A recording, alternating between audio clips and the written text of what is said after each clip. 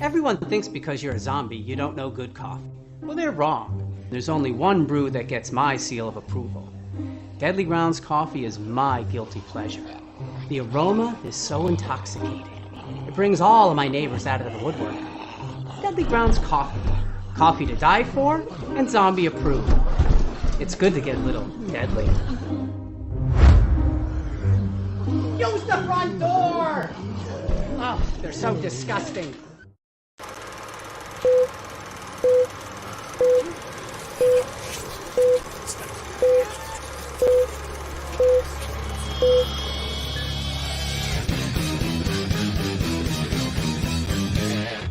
It's Tuesday night, which means it's time for another live Wicked Horror Show. I'm Kevin, and as always, I'm joined by Tony, who has 9 fingers. What is going on, people? And Tony, would you like to introduce our very special guest? Sure. Another repeat guest, Jess Uhler from plenty of movies and actually a recent musical. So I'm sure we'll get into that. But Jess, how are you? I am good. Very tired still, like I told you before, but we're almost back to normal. I'm done with a musical. We'll talk about that in a little bit for sure, because I'm a big fan of a good musical and live stage stuff. And so yeah, that'll be awesome. But you're also in the movie Wolf Hollow. We had you guys on a while back. It was like a good for Massacre Academy, and then I think Wolf Hollow was coming out. Then we had you on for Wolf Hollow. Now it's all coming to fruition. Yeah, yes. Massacre Academy's out and about, and Wolf Hollow is gonna be there soon. Fingers crossed, hopefully, from Gravitas Ventures. But yeah, so have you had a chance to see the final product? Like, did you guys have a screening and stuff? Yeah, we had. God, that feels like 3 years ago at this point. It was April Fool's Day. We had our big premiere out here at the Hollywood Theater in Dormont. Big red carpet premiere. It took me like way too long to pick out a dress I liked. And then you get there and it was packed. It was great. The audience was very, very interactive, receptive. And they loved it. And we had a Q&A after too. It was overwhelming a little bit too, like being around all those people. I remember being a little more overwhelmed at the Massacre premiere. So I felt slightly more prepared, but it was still a lot. It was great. Yeah, no, that's pretty awesome. I mean, it's you got to be a special kind of person that even deal with that kind of stuff. I don't even know if I would show up necessarily, but just real quick, we have a couple people. This one came in before the show started. This is was it Lunic Arthur? And these are people coming from your TikTok, Tony. TikTok Tony. And then we also have Efren saying Tony. He's yelling it actually. And then we have Life is Pain is in the chat room. What's going on? Sergio's in the chat room. What's going on? So we there's a lot of there's a good handful of icons in this movie that you've now got to have the pleasure of working with. Was maybe twice? Was Felissa in Massacre Academy?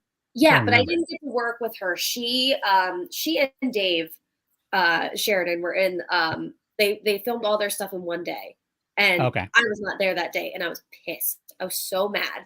And then Steel City Con happened last year, and Felissa was supposed to come, and I was like, "Oh, I'm there." I was working it for the haunted house I work at, Scare House, and I was pumped. I'm like, "Oh, Felissa's coming," and then her flight got delayed, so she didn't actually get to make it.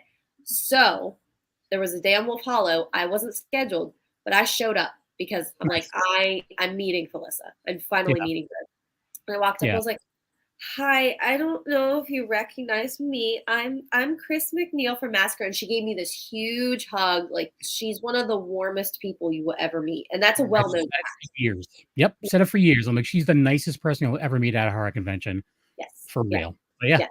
She was great. And then I got to watch her flip and yell at Brian Saponis when they were having their marriage issues and arguing as a married couple. And it was funny. It was great. Nice. Did you get to work with Lynn Lowry at all?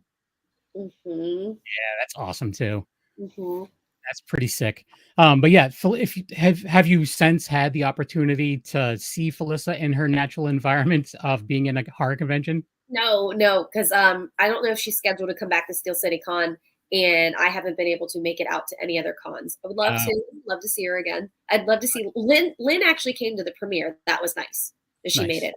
Mm-hmm. Nice. But yeah, I was gonna say, like, if you just get just to even be a spectator watching Felissa interact with people, it's fantastic. She really makes everyone feel like $1 million, and like she's just awesome. And I'm so happy that she gets to be in all these cool projects, you know, like We'll Follow and in everything. She's in so much stuff. Yes. Tony, looks like you're gonna ask a question. Well, I was gonna say that the only problem with her being so popular is when you're at a con, like she does take time with everyone.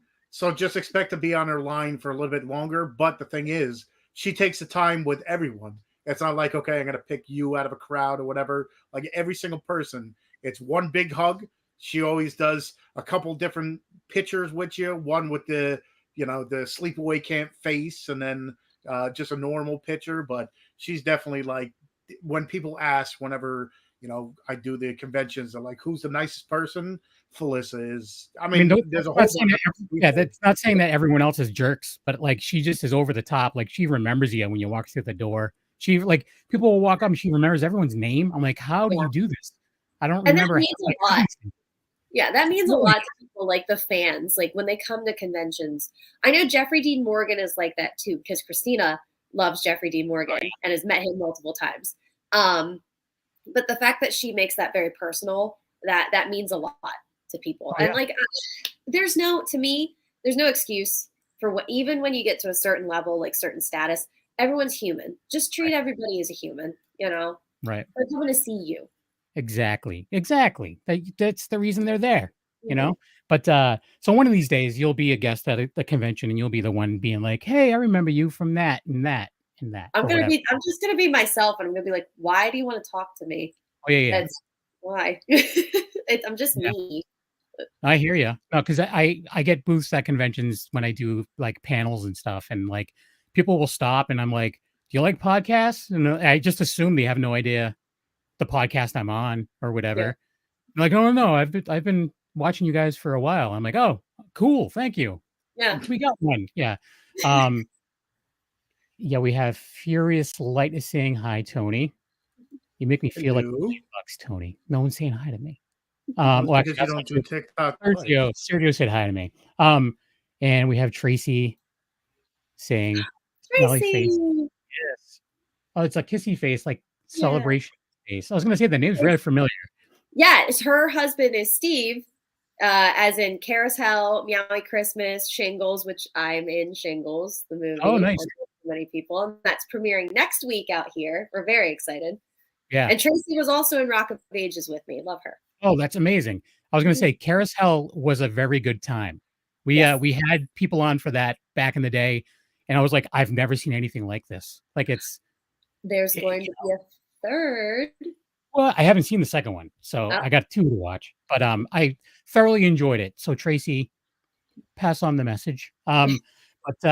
So besides acting on the screen, you also do theater and stuff, and you were just in the musical Rock of Ages with Tracy. Yes.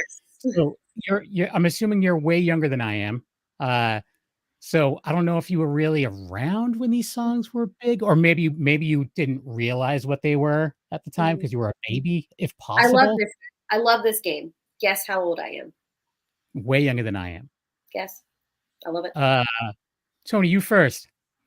I never was a person at a carnival to guess your age. I would lose all the time because I am horrible.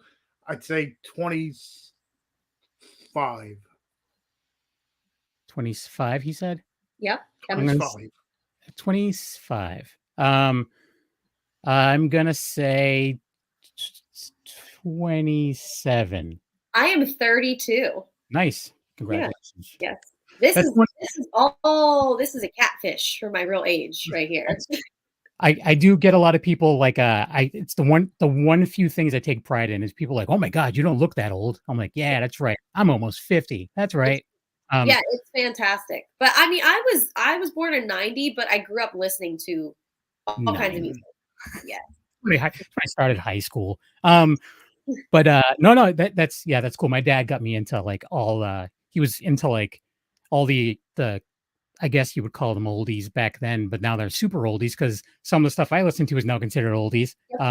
Just disgusting. But yeah, he got me into like all like the Richie Valens and Buddy Holly and all that, like the Beatles, all that stuff. So Yeah. it's always good to know where it's coming from and everything. So what kind of I know like it kind of is spread out throughout the cast about like what songs are done. It's not, you're not all singing the same song together. No. There's some parts where you do, but so what songs were you responsible for on the Rock of Ages? I had a part in we built this city / Too Much Time on my hands. But my big song was We're Not Gonna Take It. So oh, nice. Yeah. And then like I had solo in Hit Me With Your Best Shot. That was a good one. But nice. The big numbers were like Here I Go Again, Don't Stop Believing, of course, at the end. It was just a really cool variety of songs. And I mean, it's a jukebox musical. It's supposed to be fun. It's supposed to be around time. And it was. This was my first show after 4 years of not being on stage, which is crazy because I did theater from when I was 13 until I was 23 when I graduated college. Theater was my major. And then I took time off because I was dealing with like some illnesses. And then you get a job and it's really hard to go to rehearsals every night. So film was easier. And that's how I did film. But I definitely need to stay doing theater too because I missed it so much. Oh yeah. And there's a lot of crossover, obviously, but there's a lot of like bigger icon actors that will just be on Broadway or just do like a small like run at a theater somewhere, you know? And it's that's pretty awesome. So I enjoy that. Me and my wife like to go to plays and stuff sometimes.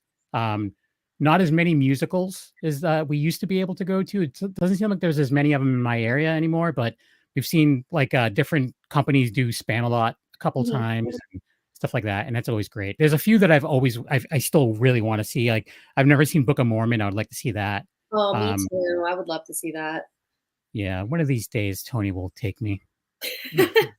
Now, as similar as they are acting on a stage to, movies, well, actually, I think they're probably more further apart than similar. Do you take, from what you've been doing in movies to the theater, or is it that much different that you can't really, like I didn't either, so I couldn't put my 2 cents in. It was a transition a little bit. It was also like this whole experience was for me finding my confidence again. But with acting, with film, I've always tried to find the realist, like it could be the most ridiculous situation, like werewolves, for example. But I still try to take some part of me, if it's a good part, bad part, or an experience that I've had, and I bring it to the character to, even if it's something that would never happen in real life, the audience can still connect with that. That was a little difficult with theater because you're supposed to be bigger. And with film, you can make it this condensed performance. I did find in the character that I was, Regina, she's very passionate about her cause, and like she would literally do anything for what she believes in. And there is a part of me that is passionate about a lot, and it was finding that balance of like making her still a real-ish character, but being a character on stage and like bigger emotions and stuff. It was an adjustment, but it was fun. It was kind of a release too, compared to these tiny little performances and having the camera right here. Right. I was going to say, if you go back and watch a lot of the early days of Hollywood, it's a lot of stage actors that are on the screen and they're very much overacting a lot because they had to on the stage. You had to project and like, so it's very grand and whatever, because you have to be able to, the person in the back row should be able to understand what's going on too. I love that though. I think that's great. It shows like history. Yeah. But yeah. Now, is theater that much harder? I think it would be that much harder because you get an instant like reaction, as opposed to movies. The only time you're really going to see it if you do like a screening or something, and then after you get those like reviews from the keyboard warriors and stuff. But with theater, it's one of those things where it's like instant. You know, it's either you hit it or you didn't. So I'd say that's probably that much harder. Yeah, that's an instant, oh shit, is this gonna work moment. And having people right in your face. Yeah. And also I thought about this today because I'm like, I'm still really tired. With film, like when I come home from filming, I'm like exhausted. But I got it out, I did the scene, it's done. We had to do this show. So we had 2 performances 2 weekends ago. We had 4 performances in a row this past weekend. And it's keeping that energy up of doing the same thing over and over and again and not getting tired of it and bringing that same level each time. So, and I mean, you're human. I could feel like one day, I forget which day it was. I'm like, yeah, I'm not as energized as I was the other day, but like I have to push. That was a big difference too for me. Just real quick, Sergio said that he just had a birthday and he's now 44. Sergio, I kind of know what you look like. You don't look 44. I just figured I'd let you know that. He's in the chat. You look like a chat. You look like names. No, but yeah, it's like I've done some stage stuff like literally as a child, and it's terrifying. I was in a band forever, and like I never was a singer by any means, but I would always, like, not always, like when it got to the point where I wasn't nervous to go on, like I was just like, I don't know, maybe it's maybe we're doing this too much, because I should be nervous. I should, like, you want to be like amped up and like, being excited, Yeah.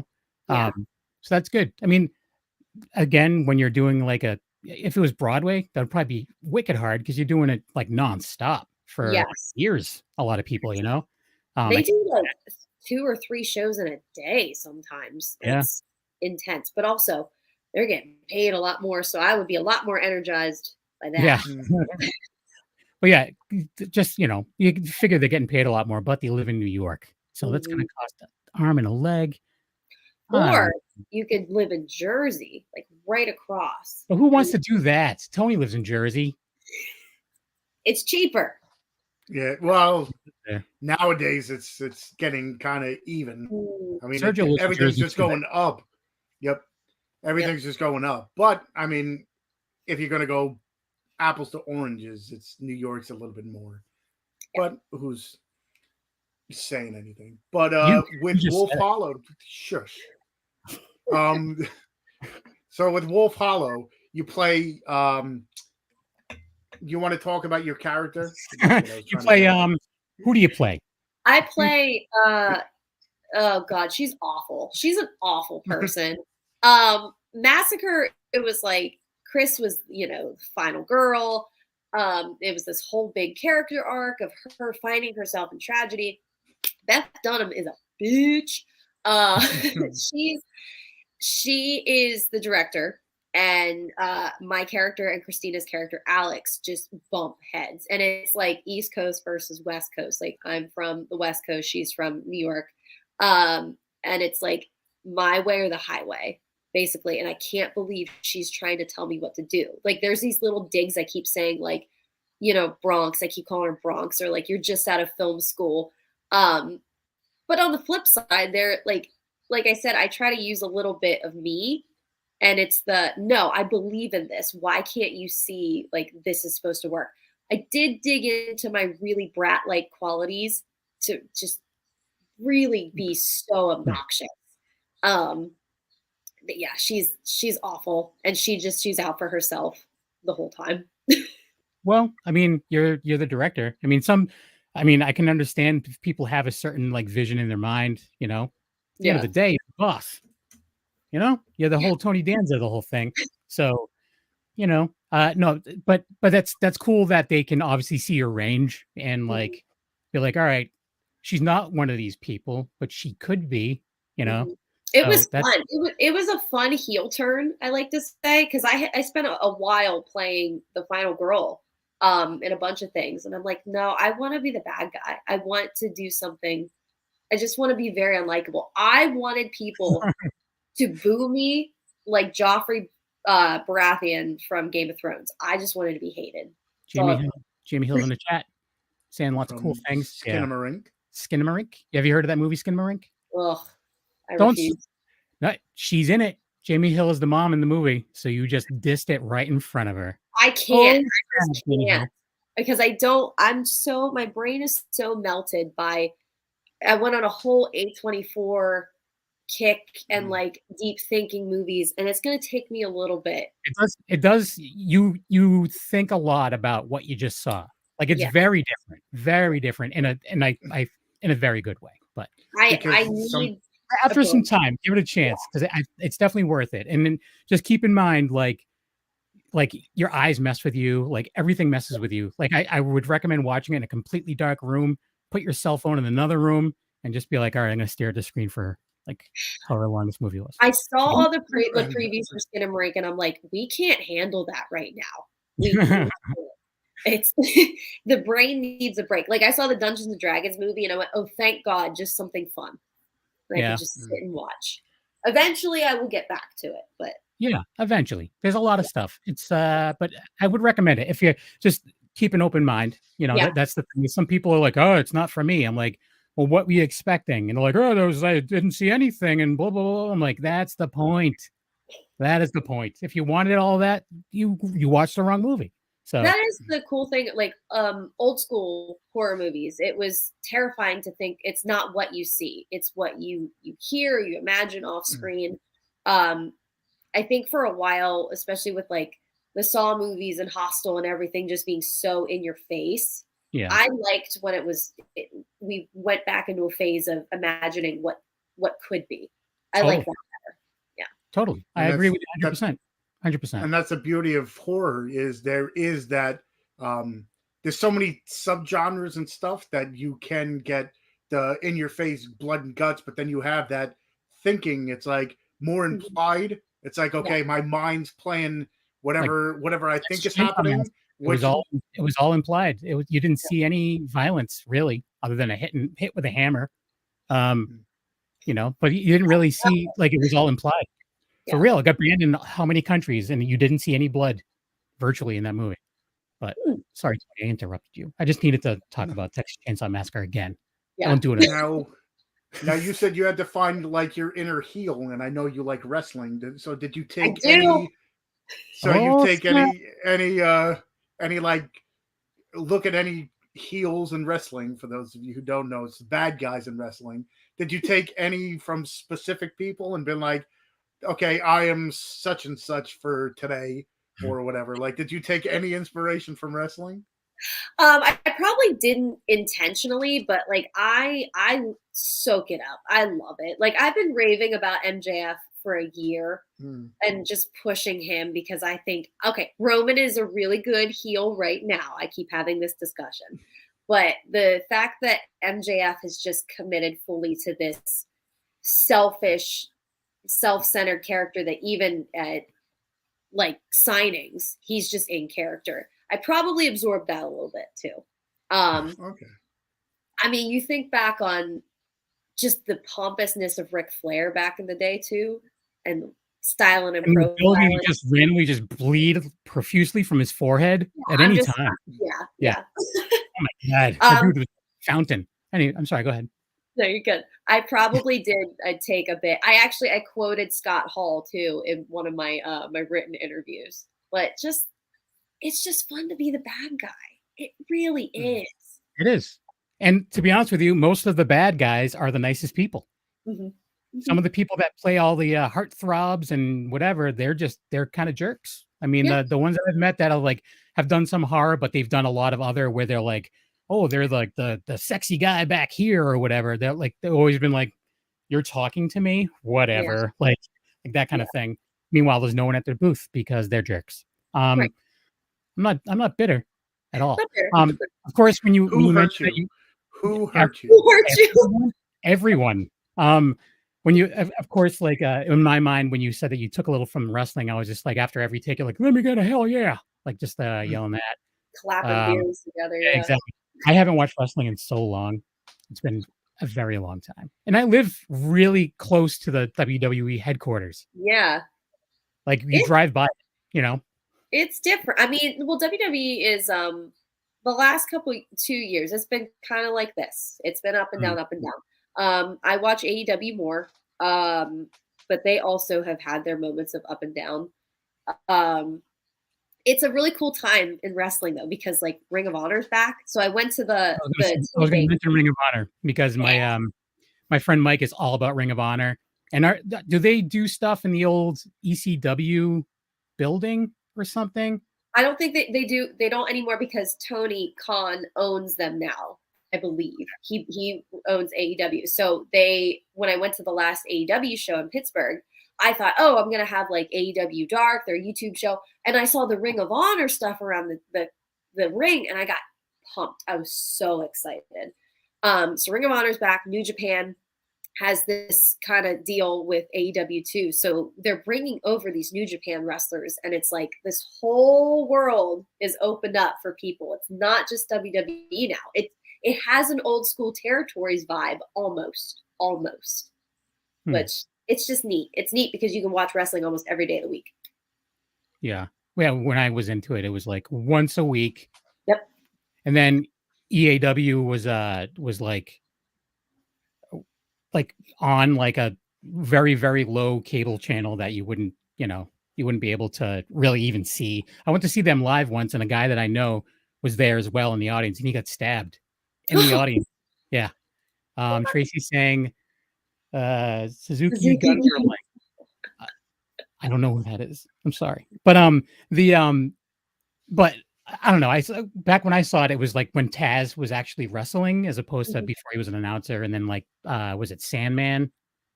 And yeah, I saw Sandman in person too. Yeah. I'm trying to think. There was someone else who actually like went off the balcony in the building. Sabu? You talking Sabu? Possibly. Most likely. Possibly. Yeah, it was a long time ago. But yeah, it was an interesting time. Like it was the only time I was ever at a place where I was like, I think I'm gonna get beat up here just in the audience. It was brutal. But ECW was like Wild West. ECW. That was a speaker company that used to be sponsored by. I'm sorry, ECW. I knew what you were talking about. There was one. It was on the West Coast too. There was an episode of Dark Side of the Ring about it. It was like MXP. It was something X was in it. I was gonna say MXP, wasn't that? Oh, that's MXC. MXPX. Yeah, I love that show. That was the West Coast version of ECW, but it was run by a guy who owned like a porn company or something. It was sounds about right. Why? We actually have Saul Rodriguez Jr. is in the chat asking Jess, how do you mentally prepare for a scene that you might find challenging? Oh, I don't know. My therapist would probably say this is not good, but I can kind of disassociate a bit from, like, I can draw on past experiences. So say it's like something very emotional. Like for Massacre, I had a lot of scenes that was dealing with trauma and being very emotionally vulnerable. So I had to draw on stuff that I've been through. And that's hard because you need to watch yourself and make sure you don't go down that dark hole and you can't bring yourself out of it. So it's like this little like space I can put myself in my head where I'm like, okay, you're going to be in this space for a little bit mentally, but we're going to get out of it. We're going to get out of it. So time, knowing ahead of time that I'm going to get very raw or in front of some people, which is scary to really go through that. And then going home and just decompressing after everything. Yeah. Thing. And actually, Jamie Hill mentioned this a little while ago. I just didn't put it up yet, but you mentioned trauma, and in reference to Skinmarink, it's about trauma. So the whole movie is about trauma. So, but you take. I'm taking a break. I'm not going to watch it. I'm just saying, give it a chance when you can. And she's also saying that she loves old school wrestling, The Undertaker Forever, Sunday Night Wrestling in Canada. Ooh, yes. In Canada. I don't know if there's any difference. Just every time they hit someone, they're like, "I'm sorry." I'm sorry. Nice. But yeah, I don't know where we left off. My bad. No, we're sorry. Go ahead. Getting into character and stuff like that. Mm-hmm. So trauma. You growing up with, because we've mentioned it many a times, and I think the last time we had it, you were a horror fan growing up, correct? So yes, against my mom's wishes, my dad had me watching Halloween when I was like 2 or 3. Halloween right there. Yo, man, he's the one time I did some like a lot of people around here, and probably in the acting community all over, you do films and they never get released, but it's like, it's a learning experience. So it was like 10 years ago, I was doing this short that was never released, and I had a doll leg shoved through my eye. And my dad's at the VFW and he's talking. He's like, my kid's in this movie. She gets a doll leg shoved through her eye. So my dad's been there since day one for horror. I think he would love me to do an action film though, because we watched like Rambo. We went to see all the Expendables together when they came out. Nice. But it has been probably since I was a kid. I watched horror. When Blockbuster was on their final leg and they had that all you can rent pass, I was just going section by section, watching all the horror stuff. Nice. Well, we ended up buying half the stuff that was left over at the end. I still have I have binders full of stuff from Blockbuster that I'll never watch. I just don't have time in a day, and it's all streaming now anyways. Exactly. Yeah. That's hence why Blockbuster doesn't exist anymore. But no, that's pretty sick. My dad was all about horror too. Like I don't think I was that young, but I can remember being terrified in the movie theater, like going to see a movie that was probably too old for me at the time. Like, and it's not even it is a family movie, but it is scary still as E.T. Oh yeah. When they were panning through and he's just like yelling, I was like, I hid under the seat.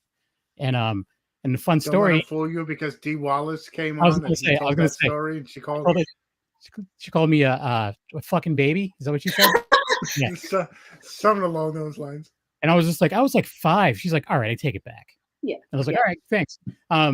She's great too. If you ever get a chance, I've never met Dee Wallace in person, but she is. Life is Pain is saying that he loves Skinamarink and it's very intense. See, it's another person tell you check out Skinamarink. Okay, that's too.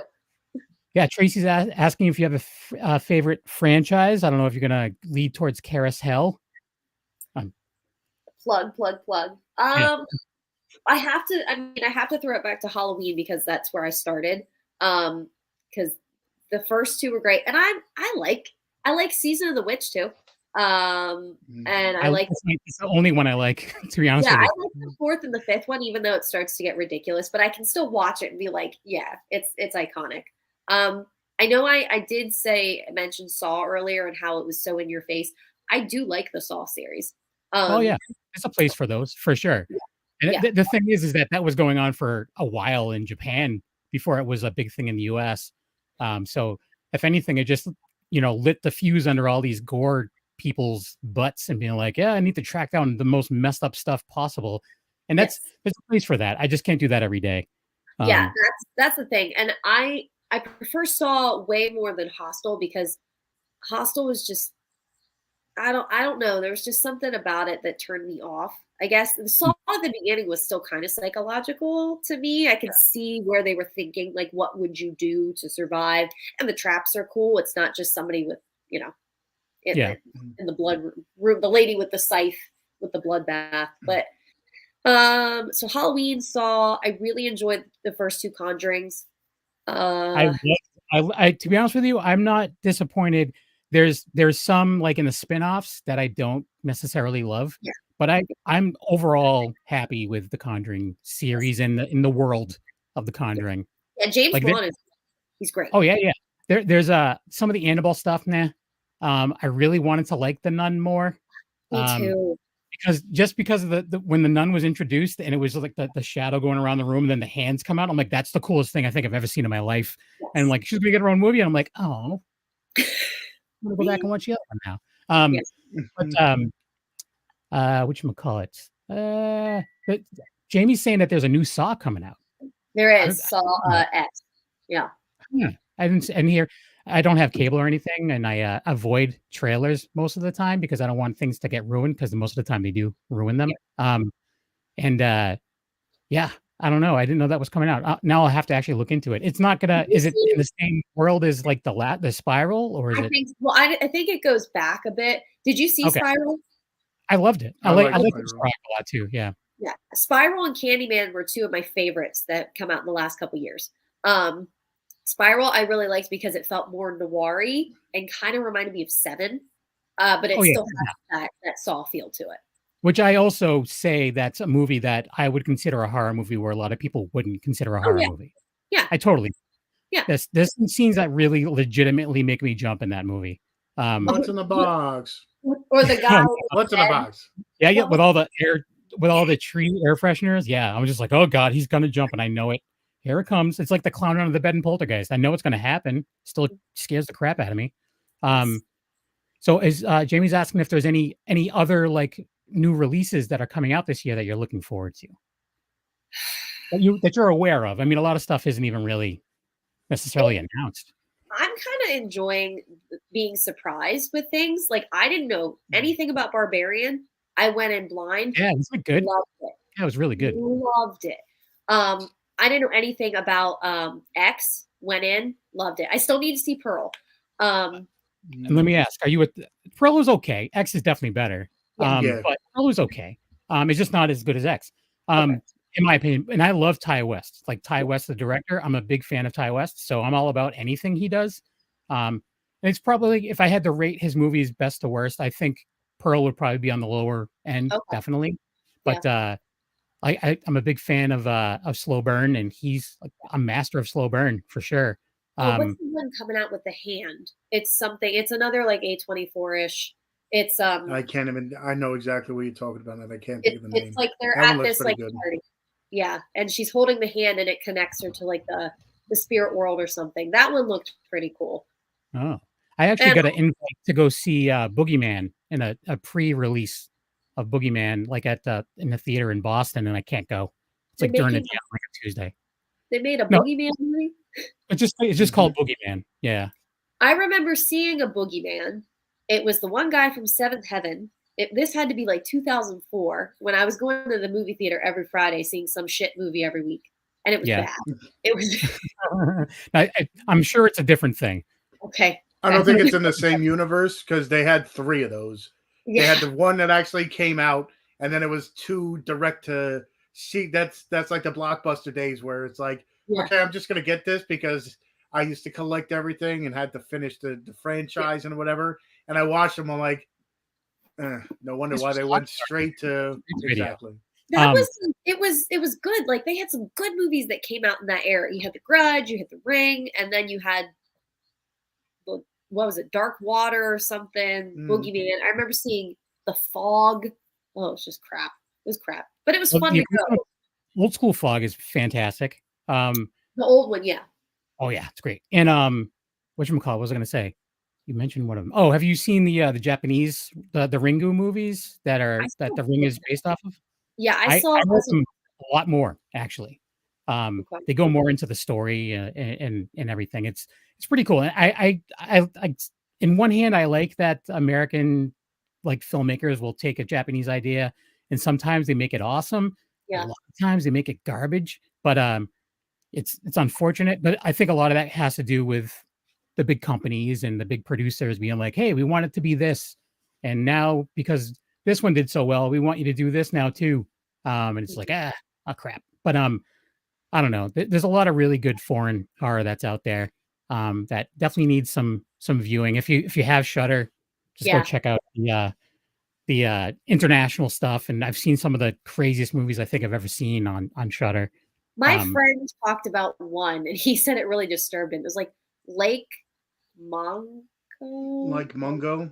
Yeah, Lake Mungo. He said it was very disturbing. That's from Australia. Yeah, they had a lot of those, and I believe that one was in that 8 Films to Die For. Back in the 2000s, they used to put out like these 8 quote unquote like banned movies, which some of them were like, what? How would this be banned? But they had a whole series. It was like 8 movies, and then they put out a volume 2 and stuff. That one was all right. I mean, a lot of people. I think nowadays it's all that like hype up. Like some people are like, oh, did you see this? I'm like, it's not even that, but everybody talks about it, so it's like, okay, it must be kind of crazy. And again, that's the reason why I avoid things, because sometimes things get overhyped to the point where I'm like, this is going to be the best thing I've ever seen in my life, and I'm like, this was not good. Like, I don't know. Any upcoming projects that you're working on besides the soon to be released Wolf Hollow that we will play that actually for a second? Yeah, it's out there. It's out there. It's in the universe. wherever it lands, everybody hopefully gets to see it. I have one more day on a TV pilot called Strange Angels. It's based on a book from a local author around here. I have a table read coming up for a short. It's going to be called The E Code. I'm very excited about that because it's different. It's different than anything I've done before. Rehearsals start for a play I'm going to be in at the end of August, and whatever else pops up. A lot of stuff is in festivals right now, or it's in post. So something I did recently called A Soul's Window. That's a short. It's in a bunch of festivals. Another short I did last year, Family Tradition, is just about done. It's a lot. I did a lot last year. I was gonna say, like, what's the do you have any tips on when you're in something and it's just taking forever to come out and being like, I told people I was all excited to do this, and now they all think I'm a liar because like they're like, where is it? It didn't happen. You gotta. That's the nature of the game sometimes. Right. When I started out getting into film, it was like I was an extra in student films. You really never see those unless you get a really good student that respects, your time and the actor's time, and they will send you a copy. A lot of stuff never got finished or released, but you can't get bummed about it. You can let people know, just be like, hey, I did this, I did that, but you just continue to move on and things will come out. It's just, you can't dwell on stuff. Right. Well, that's the thing is I'm not an actor. So like, it's not going to happen very often that I'm going to be in something. So it's like, all right, I got to get murdered under some train tracks. Where is it, guys? Let's go. I mean, I have myself made up like a zombie. That's about it. I have pictures of that. But yeah. So before we continue down this rabbit hole of just talking about awesomeness, I do want to play the trailer for Wolf Hollow. This is a werewolf movie coming out soon with the likes of Jess herself, and we also have Felissa Rose, Lynn Lowry, Hannah Fearman's in there. Trying to think, there's a couple other people that I personally know, like Daniel John, right? Oh yeah. Daniel John, he's a local guy. I met him at cons way back in the day. But yeah, here's the trailer for Wolf Hollow, and we'll be right back in 1 minute and 18 seconds. Y'all ain't from around these parts, are you?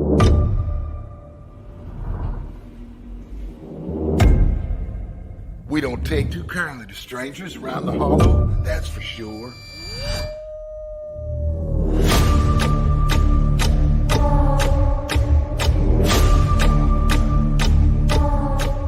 Only 2 rules around Wolf Hollow. Don't cause no trouble with the locals. And if you do, get out before nightfall.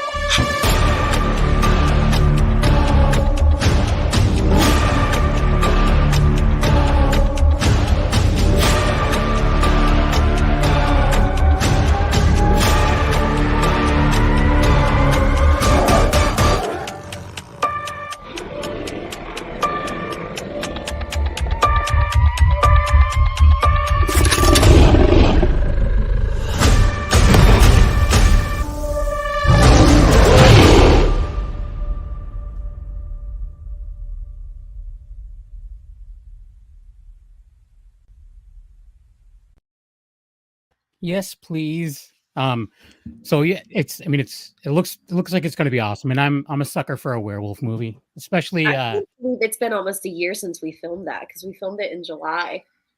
Oh wow, that's nuts. Yeah. Well, I mean, at least it's coming out. Like you could say what that. Does it say? Time flies when you're having fun.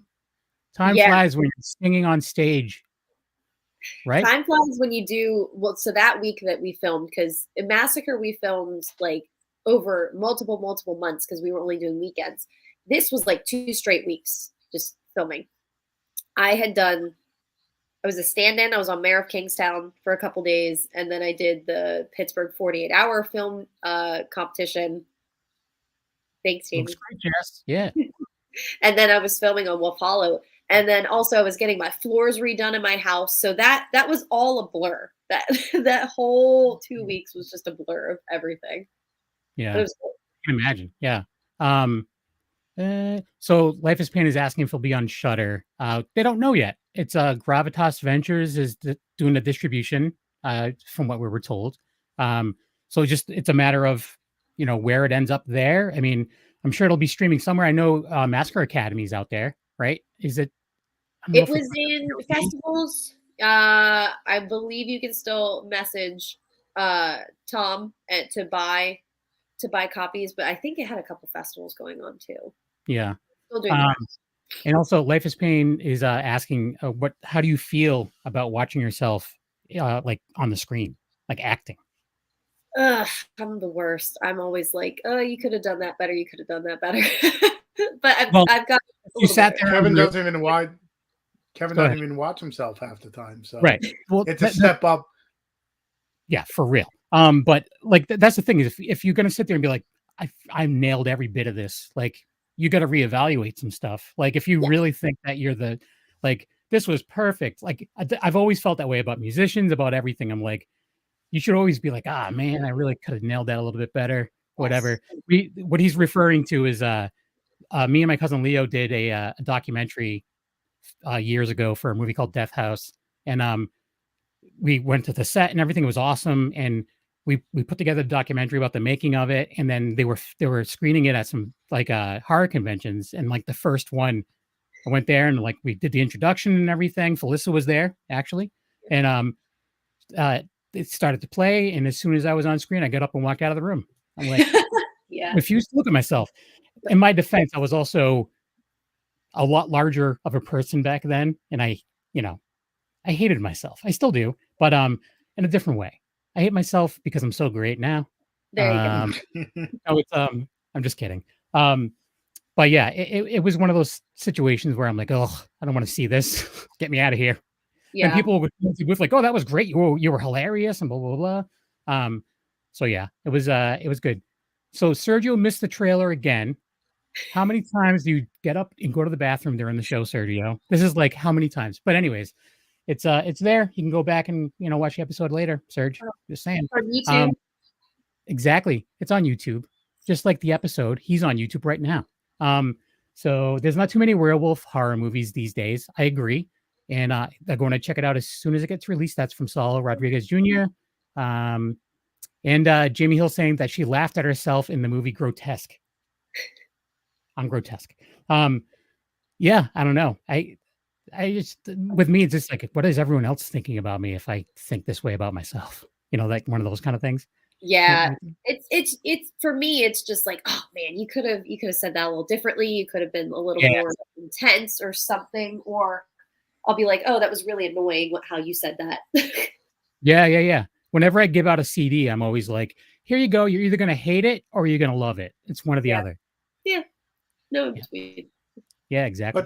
But at that point in time, as long as you could watch it and not even criticize yourself, but learn from it.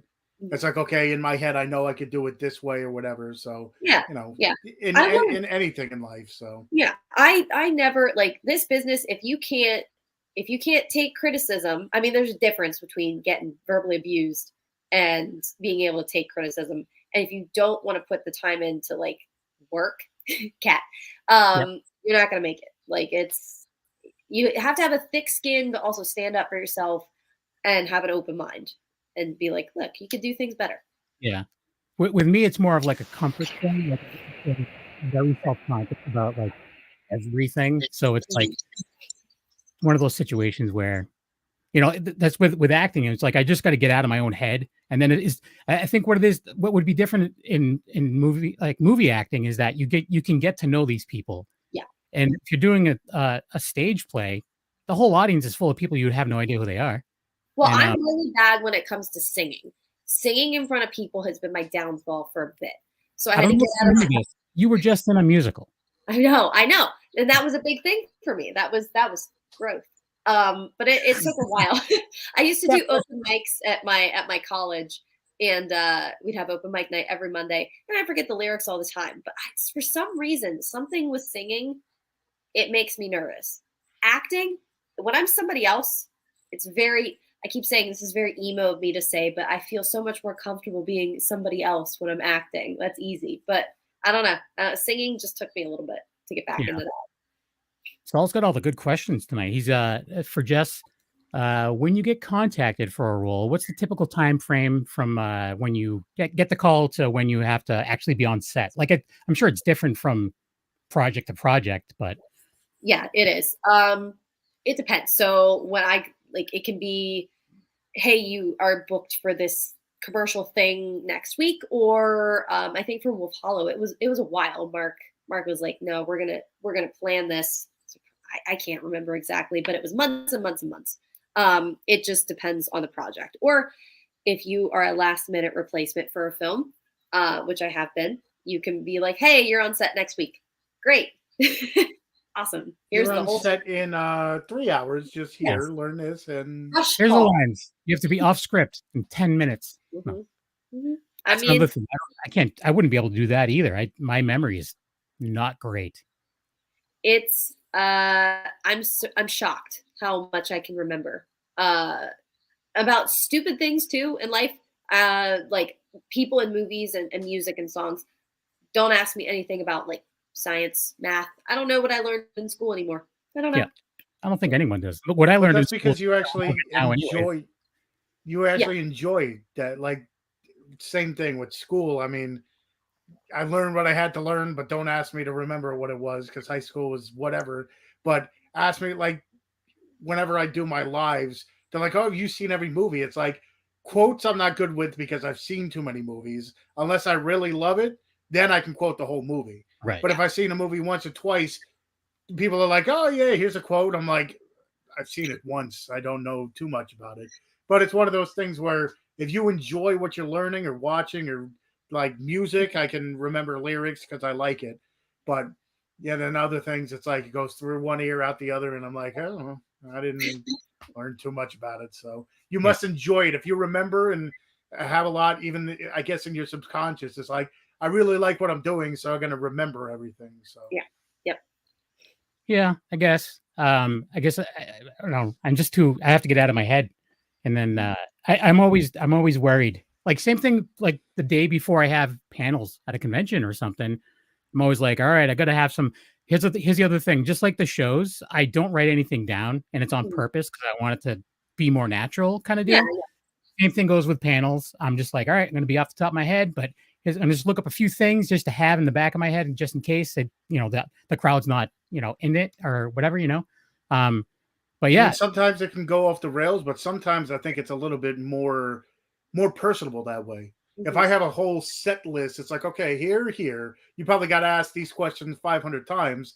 That's why I think a lot of people enjoy listening, or watching this, because it is off the cuff so many times where it's like, okay, this question came out of left field, and when having it live. So I think that's what makes it better, is not having the cookie cutter. Same thing with movies nowadays. When you get the same thing over and over and over, it gets boring. Yeah. Sometimes, like I said, our shows go off the rails. It's like, where did this come from? But then we always try to bring it right back to where it has to be. Full conversation, right? I think it makes everybody look more like we were saying about Felissa at conventions and stuff, being human. And it's like, yeah, because I still get starstruck at certain people. Like, it happens. Yeah. There's people that I've been a fan of since I was a child, and now I'm meeting them for the first time, and they're super nice, and I'm just like, whatever. But Life is Pain is saying, Jeff's life sounds crazy. Must be fun being an actor. Hopefully you can see the movie and more. You will be in such a fun guest. See that? Thanks, Life is Pain. My life is, it can be a little crazy. It's pretty cool. It's cool what I do. And people are like, well, what do you do? I'm like, I'm a professional liar, I guess you can say. Yeah. I'm a haunt actor too, when I can make time to go to Scare House. I got 2 cats though. I like wrestling. I'm pretty low key sometimes. Yeah. Used to be a lot crazier back before cats' names. So the one that you just saw was Bjorn. So Bjorn Meowinside, named after Bjorn Ironside from Vikings.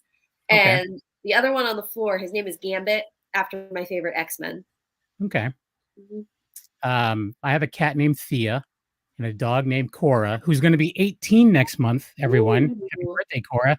She's not doing great. Yeah, it's sad, but she's fantastic. So She hangs out with me all day long because I work right from here all day long. I work in collections, so I get to lie to people all day too. It's all an act. Yeah. Yeah. True. I do get yelled at all day as well. But maybe I can use that as a method to get myself into a role. All right, you're gonna get screamed at for an hour straight. I'm like, all right, cool.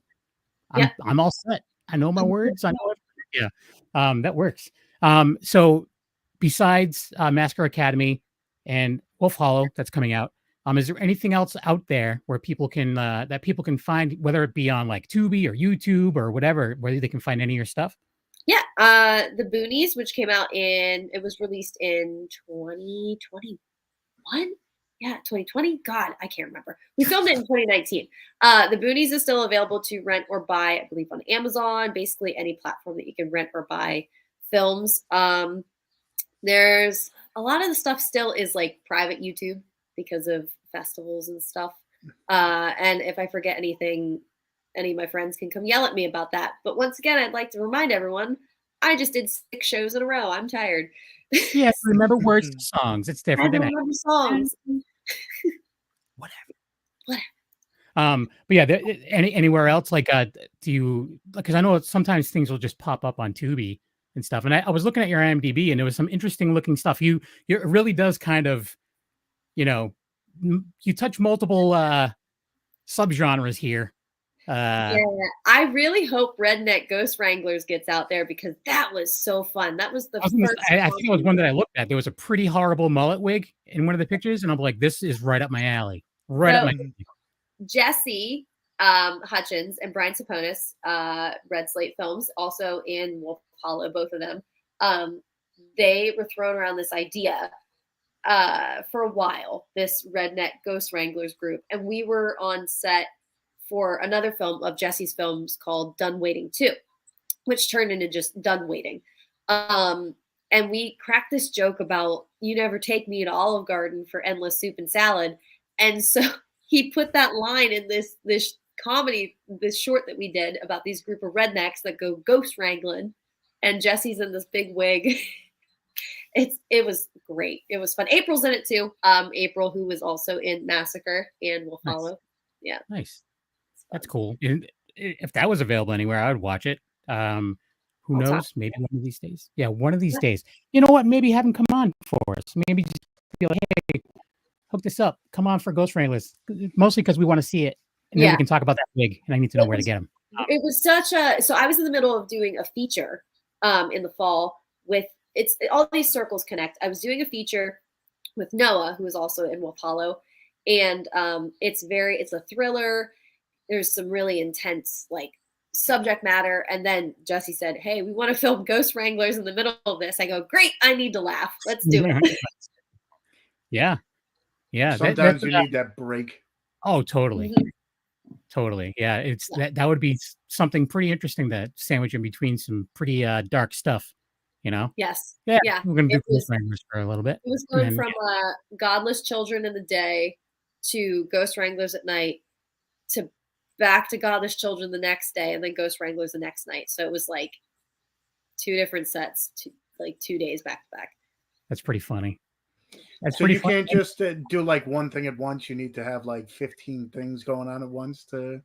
That's why it's called a working actress or actor. They got bills to pay. I don't know what I'm saying. I'm just saying. When I guess you're good at multitasking. Yeah. When I'm running myself into the ground, that's when I'm like, yes, this is great. When I'm sitting here and I'm like, what's on my calendar? Nothing on my calendar. Yeah, that's where the problem comes in. Yes. Tony, a few new things. That being said, he's the one with the giant TikTok following, and we got nothing. Yeah. I wouldn't go that far. But. Hey, it's gianter than mine because I gave up. Yeah, same.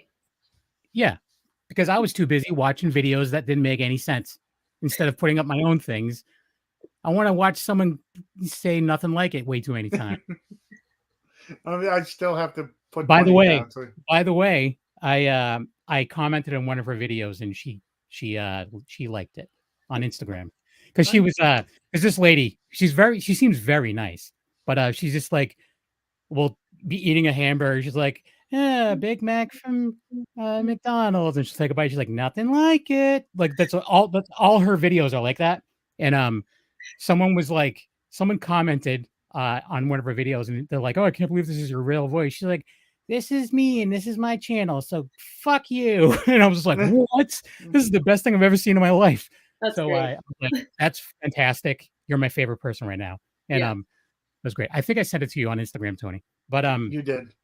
Yeah, it's pretty funny. But yeah, that being said, the internet is it's an awesome place, but it's also the devil because it just sucks down a wormhole. And that being said, it's time to go, guys.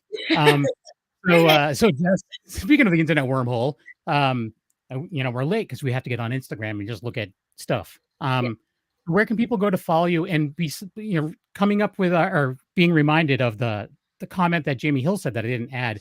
She wants you to follow her on Facebook. Yes. So I will shoot you a message or something. And I'll link you guys together. She's nice. Absolutely. So, where can people go to see what you got going on? So my IMDb is just Jess Uhler. And you'll see Wolf Hollow, Massacre, Redneck Ghost Wranglers, all of the stuff.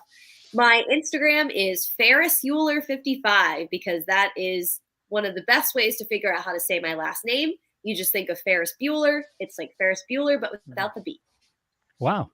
I just assumed, I didn't even think that was a connection. I tracked you down on Instagram today and I was like, I didn't even catch that. I was just like, she must be a fan of the movie. Yeah.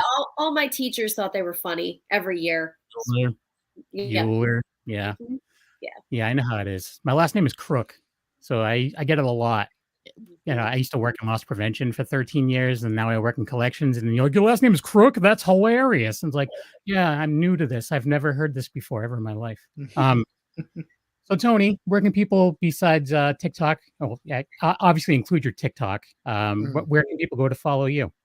Tony has 9 Fingers on YouTube, where I do movie reviews, unboxings, anything movie related. You'll find me on there. Tony has 9 Fingers on Twitter, which I still mention, but I don't use. Tony has 9 Fingers on TikTok, which is pretty much where you find me the most. That is where I'm slowly growing a little following, almost at 22,000 followers. So almost there. Little following. Little bit. Good. For real. Little following. I'm like, I would like quit my job.